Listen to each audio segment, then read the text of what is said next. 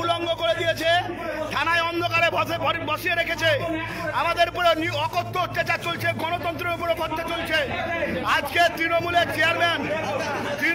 Chairman এসে একটা গণতান্ত্রিক আন্দোলনে আঘাত করেছে। গণতান্ত্রিক আঘাতে আজকে তাকে কিন্তু কিছু ব্যবস্থা করা হয়নি।